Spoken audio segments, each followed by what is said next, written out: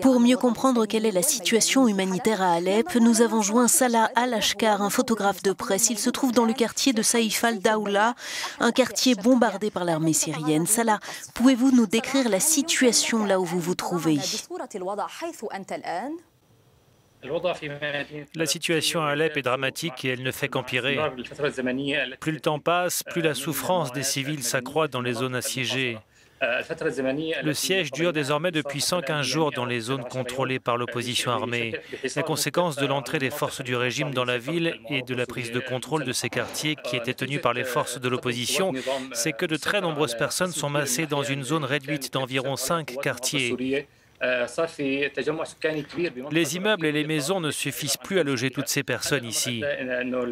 Il y a maintenant de nombreuses familles qui vivent dans des commerces ou dans la rue, là où elles le peuvent.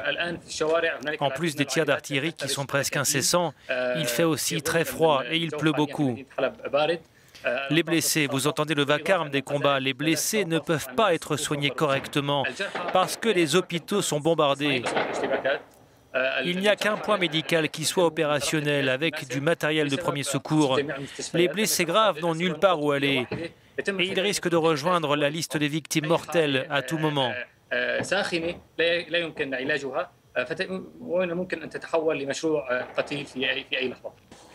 Combien de civils et de combattants sont pris au piège d'après vous?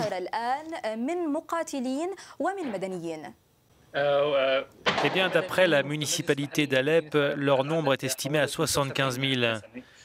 Et je pense qu'environ 15% d'entre eux sont des combattants.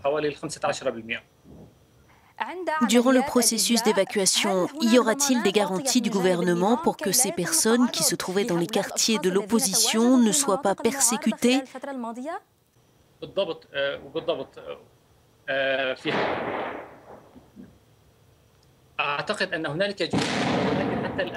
Eh bien, je pense qu'il y a peut-être une partie de l'accord qui n'a pas encore été annoncée.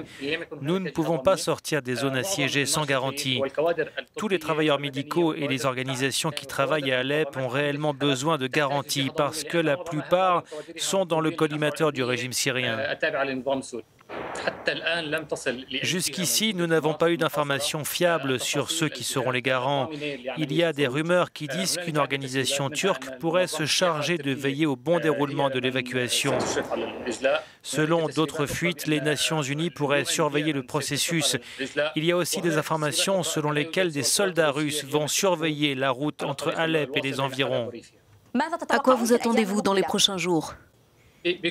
Pour être honnête et sans exagération de ma part, les femmes ont peur d'une entrée de l'armée et des milices. Elles ont peur des viols collectifs, comme cela s'est produit dans certains quartiers.